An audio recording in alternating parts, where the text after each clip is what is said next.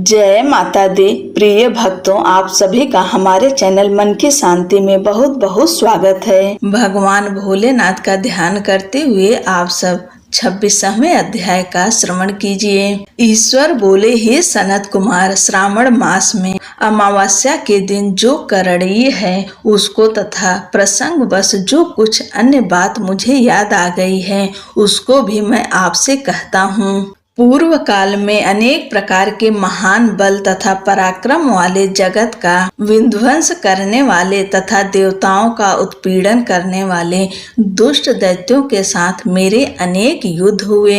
मैंने शुभ वृषभ अर्थात नंदी पर आरूढ़ होकर संग्राम किए, किंतु महाशक्तिशाली तथा महापराक्रमी उस वृषभ ने मुझको नहीं छोड़ा। अंधकासुर के साथ युद्ध में तो नंदी का शरीर विदीर्ण हो गया था, उसकी त्वचा कट गई, शरीर से रक्त बहने लगा, उसके प्राण मात्र बचे रह गए थे। फिर भी जब तक मैंने उस दुष्ट का संहार नहीं किया तब तक वह नंदी धैर्य धारण कर मेरा वाहन करता रहा। उसकी इस दशा को मैंने जान लिया था। उसके बाद उस अंधक का वध करके मैंने प्रसन्न होकर नंदी से कहा, हे सुव्रत, मैं तुम्हारे इस कृत्य से प्रसन्न हूँ। वर मांगो, तुम्हारे घाव ठीक हो जाएं, तुम बलवान हो जाओ और तुम्हारा पराक्रम तथा रूप पहले से भी बढ़ जाए। इसके अतिरिक्त तुम जो जो वर मांगोगे उसे मैं तुम्हें अवश्य दूंगा। नंदकेश्वर बोले, हे देव, हे देव, हे महेश्वर, मेरी कोई याचना नहीं है। आप मुझ पर प्रसन्न हैं तो फिर इससे बढ़कर क्या वैभव हो सकता है। तथापि हे भगवान, लोकोपकार के लिए मैं मांग रहा हूँ। हे शिव, आज श्रावण मास की अमावस्या है जिसमें आप मुझ पर प्रसन्न हुए हैं। इस तिथि में गायों सहित उत्तम मिट्टी से निर्मित वृषभों की पूजा करनी चाहिए। आज अमावस्या के दिन जन्म लेना कामधेनु तुल्य होता है, अतः इस तिथि में वर प्रदान करें कि यह अमावस्या वांछित फल देने वाली हो। आज के दिन भक्ति पूर्वक प्रत्यक्ष वृषभों तथा गायों की पूजा करनी चाहिए।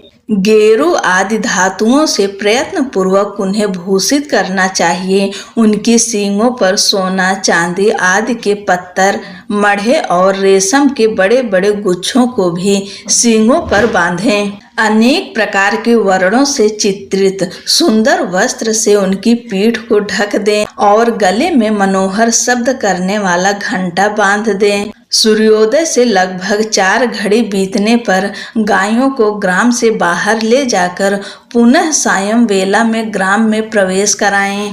आहार के रूप में सरसों, तिल की खली आदि अनेक प्रकार के अन्न इस दिन अर्पित करें। जो इस दिन ऐसा करता है उसका गोधन सदा बढ़ता रहता है। जिस घर में गाय ना हो वह शमशान के समान होता है। पंचामृत तथा पंचगव्य दूध के बिना नहीं बनते हैं। गोबर से लेप किए बिना घर पवित्र नहीं होता है।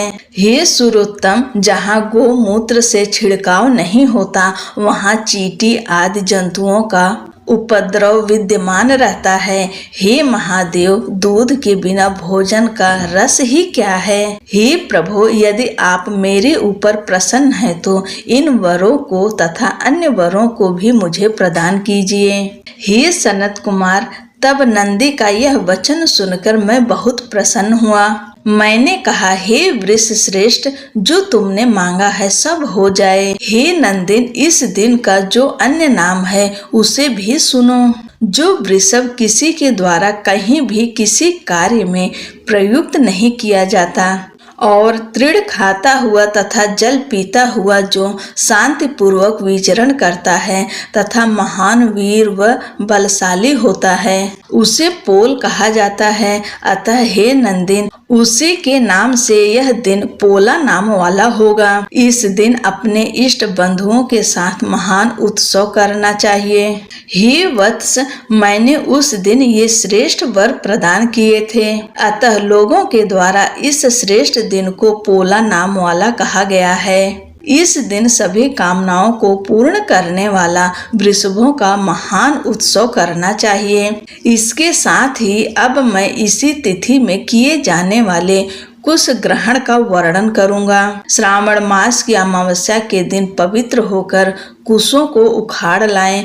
वे कुश सदा ताजे होते हैं, उन्हें बार बार प्रयोग में लाना चाहिए। कुश, कास, यव, दुर्वा, उसीर, सकूद, गेहूं, व्रीहि, मुंज और बल्वज ये 10 दर्भ होते हैं, ब्रह्मा जी के साथ उत्पन्न होने वाले तथा ब्रह्मा जी की इच्छा से प्रकट होने वाले। हे दर्भ, मेरे सभी पापों का नाश कीजिए और कल्याण कारक होइए। इस मंत्र का उच्चारण करने के साथ ईशान दिशा में मुख करके होम फट मंत्र के द्वारा एक ही बार में कुश को उखाड़ लें। जिनके अग्र भाग टूटे हुए न हों तथा शुष्क न हों, वे हरित वर्ण के कुश श्रद्धा कर्म के योग कहे गए हैं और जड़ रहित कुश देव कार्यों तथा जप आदि में प्रयोग के योग्य होते हैं। 7 पत्तों वाले कुश देव कार्य तथा पितृ कार्य के लिए श्रेष्ठ होते हैं। मूल रहित तथा गर्भ युक्त तथा 10 अंगुल प्रमाण वाले 2 दर्भ पवित्रक के लिए उपयुक्त होते हैं। ब्राह्मण के लिए 4 कुश पत्रों का पवित्रक बताया गया है और अन्य वर्णों के लिए क्रमशः 3, 2 और 1 दर्भ का पवित्रक कहा गया है, अथवा सभी वर्णों के लिए 2 दर्भों का ग्रंथ युक्त पवित्रक होता है।